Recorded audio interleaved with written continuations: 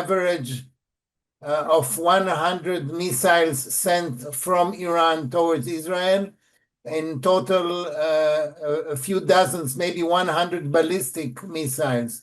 The difference between the ballistic missiles and the drones is that the drone could take 9 hours till it gets, and the damage is much smaller. A ballistic missile is much bigger and much more dangerous.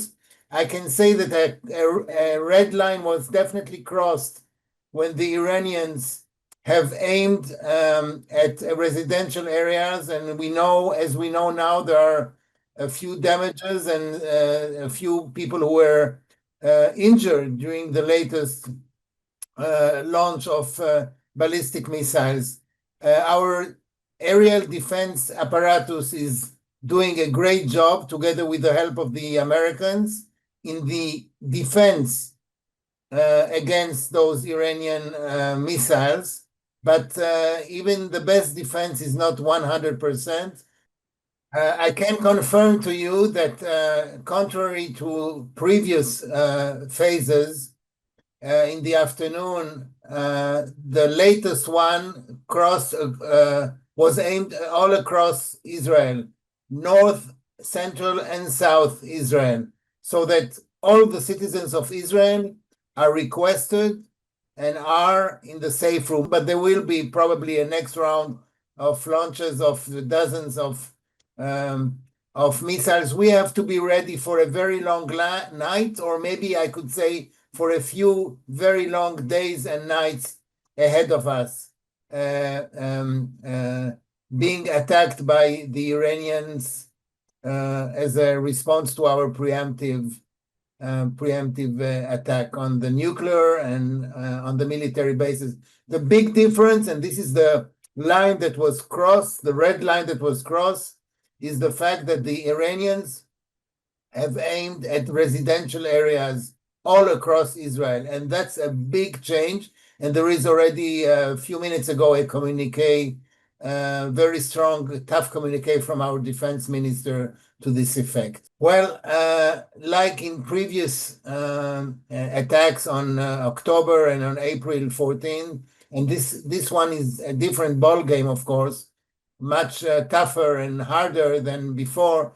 The Americans are helping, the American forces around our region are helping and cooperating with Israel in the defense, in the aerial defense of interceptions. Most of the interceptions are done outside of the Israeli airspace, but some, as we see, cross and are hitting in residential areas, which is, as I said, the crossing of a red line. President Trump, who also was interviewed by one of our journalists, and definitely on record saying that the U.S. is participating in the defense against the brutal attacks by the Iranians with ballistic missiles over residential areas all over Israel. This does not mean that the hits happened all over Israel, but when you calculate the angle of the missiles,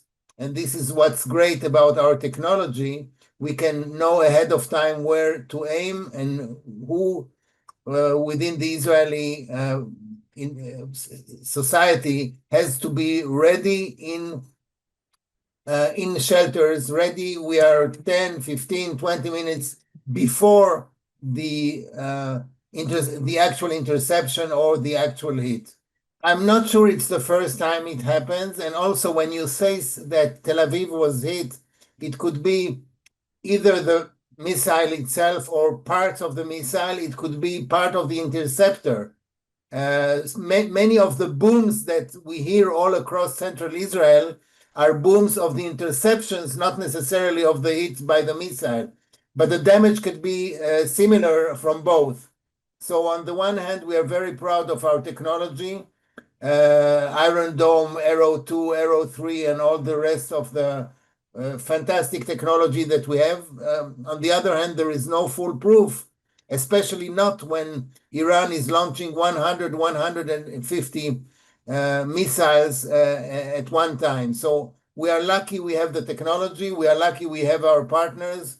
We are lucky that some of the missiles are intercepted outside of the Israeli airspace, but we have to be ready for a very tough near future, parallel to what we are doing in Iran. The issue is so complicated that it's easy to explain, if I may say.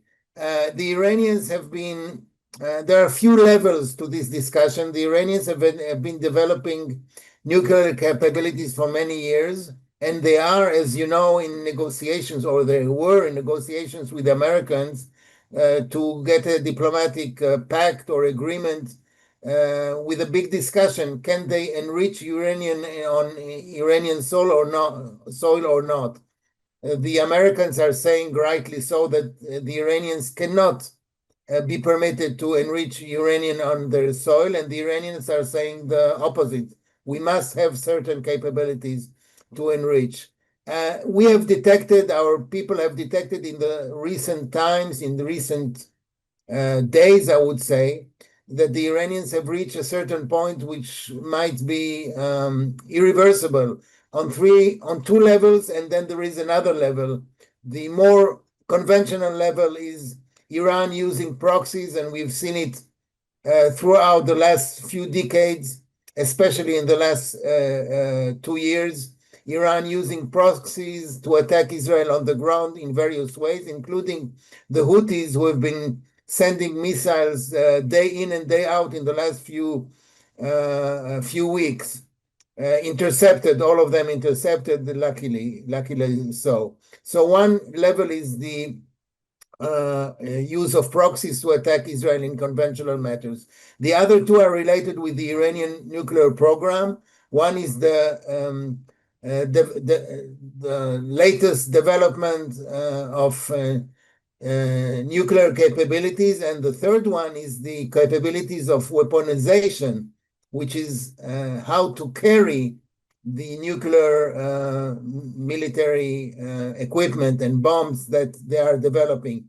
The threat posed by Iran is imminent, and Israel had no choice but to remove this threat as soon as possible. And this is what we did this morning with a lot of success. And I don't want to repeat the news you heard about hitting nuclear scientists, military facilities, nuclear facilities, etc., throughout Iran, in a remarkable show of military strength and capabilities that the IAF and the Israeli Defense Forces and the Mossad have shown throughout and prepared during the last few months to get the signal, and the signal was given because of the latest development within the Iranian system of being ready to build nine